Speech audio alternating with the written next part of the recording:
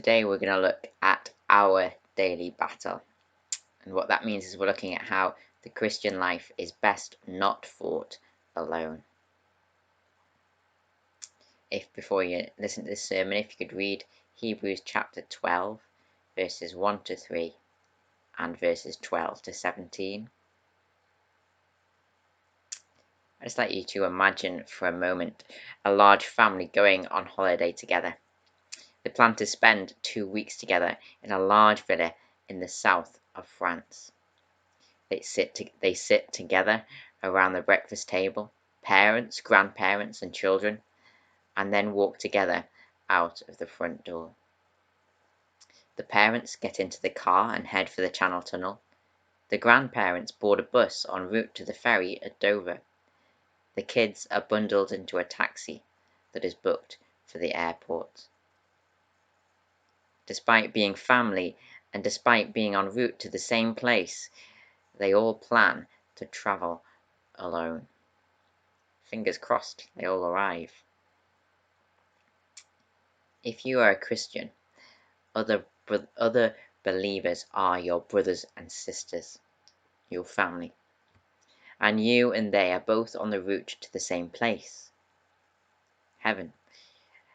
But if you and I plan to travel alone on this journey, God's word says that we will not arrive. The book of Hebrews in the Bible pictures Christians as growing weary and needing encouragement, limping and needing help, drifting away and needing others to point them back. Like a kid who's lost at the airport, or like grandparents needing help to manage the stairs, or like tired parents who need their kids to inject them with enthusiasm. Like all of these, we all need each other. And other Christians need you as well. That's why in the long-distance race of the Christian life, the Bible pictures believers in the following way. Hebrews chapter 12, verses 1 and 2. Therefore, since we are surrounded by such a great cloud of witnesses, let us throw off everything that hinders and the sin that so easily entangles, and let us run with perseverance the race marked out for us, fixing our eyes on Jesus, the pioneer and perfecter of faith. We are to be as much concerned about the faith journey of others as we are about our own. For if we do not give and receive help from other believers, there is no guarantee that we will survive the Christian life. That's why God's word in the Bible teaches us to do 3 things. Point each other in the right direction, pray for each other, and take practical steps to help. So firstly, point each other in the right direction. When driving, it only takes one wrong turn to get lost. But it also only takes one stop to ask for directions to get back on the right track. And yet, many a lost driver will drive past over 100 people before they are willing to ask for help. In the church, this situation is sometimes reversed. One person is lost and struggling.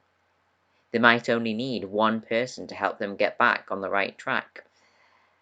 And yet, they pass hundreds of Christians who could help, but for one reason or another, they hold back.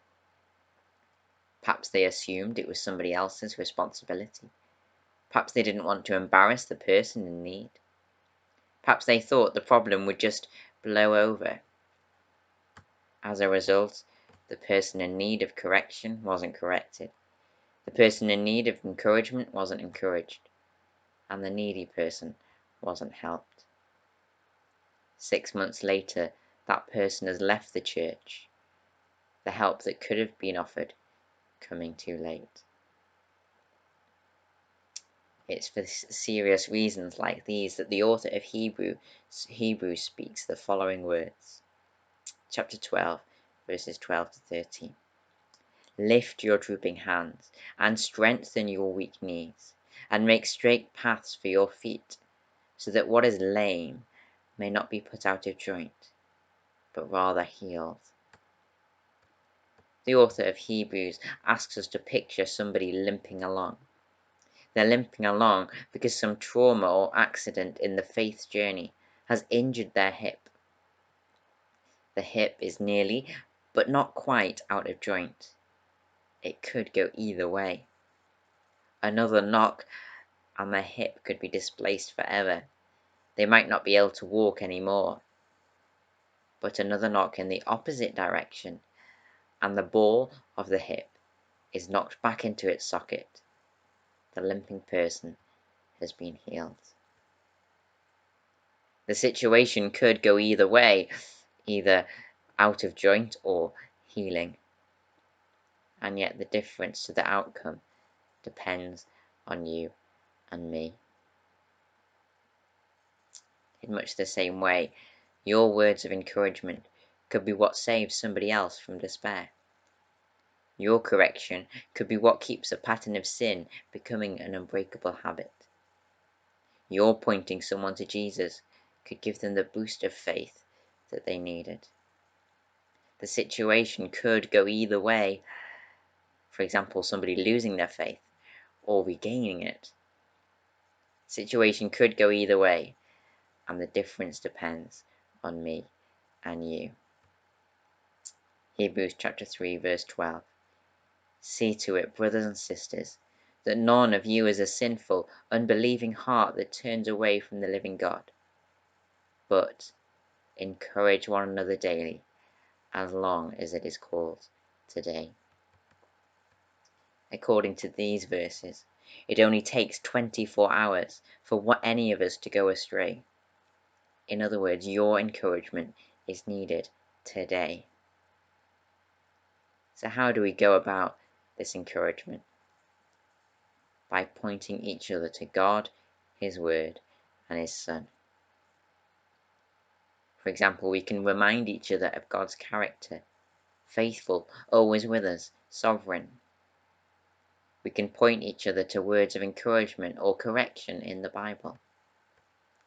We can focus our eyes on Jesus, reminding ourselves of how His cross was followed by a resurrection. A true fact that acts as a great reminder to us to persevere, no matter how things may bad, how tough things might be. You might give these types of encouragement in a text message, or in conversation, or in an email, or by passing on a sermon or book that you found of help to you. The important thing is, 1. We recognize the potential we all have towards doubt and discouragement and despair. We recognize it, and 2. We then go and do something about it. We need to point each other in the right direction. And we need to pray for each other as well. When Jesus was asked what was the single greatest commandment, Jesus couldn't give one answer. Instead, Jesus gave 2. Jesus taught that love for God must always take highest priority, and this love for God should always be bound up with love for others. Priority number 1, love for God. Priority number 2, love for others. And these 2 priorities should be reflected in our prayers. Jesus said in Matthew chapter 6, "This then is how you should pray. Our Father in heaven, hallowed be your name. Your kingdom come, your will be done, on earth as it is in heaven." Here we see the first priority, love for God. The rest of our prayers should reflect the second priority, loving concern for others. Jesus continued, "Give us today our daily bread, and forgive us our debts, as we have also forgiven our debtors. And lead us not into temptation, but deliver us from the evil one." In other words, we're to be as much concerned about the needs of others as we are about our own. In regards to prayer, this means other people are to be on our prayer list. Other people's needs are to be lifted up by us to God in prayer. Now we all know that any new mother who returns from the supermarket with food but no baby milk will immediately go back to the shops in order to buy some. They can't just feed themselves and leave the baby hungry. In much the same way, when you've finished praying for your daily bread, go back and pray for the daily bread of another Christian. Why not try and pray for one church member each day?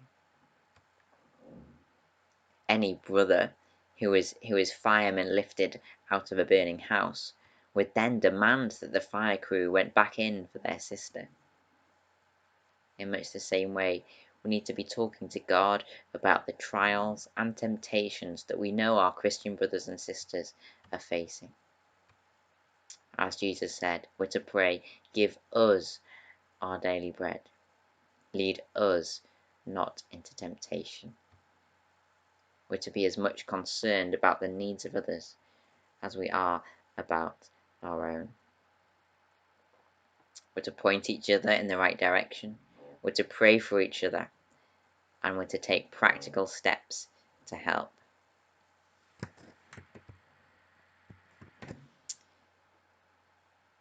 People often say a problem shared is a problem halved. There is truth in this saying, but there's also a lot of truth in this saying. A problem shared is a problem doubled. When you become a Christian, the problems of other Christians instantly become your own. One reason for this is that the church is a body containing many members who are all a part of the one family. As it says in 1 Corinthians chapter 12, verse 6, if one part suffers, every part suffers with it. If one part is honored, every part rejoices with it.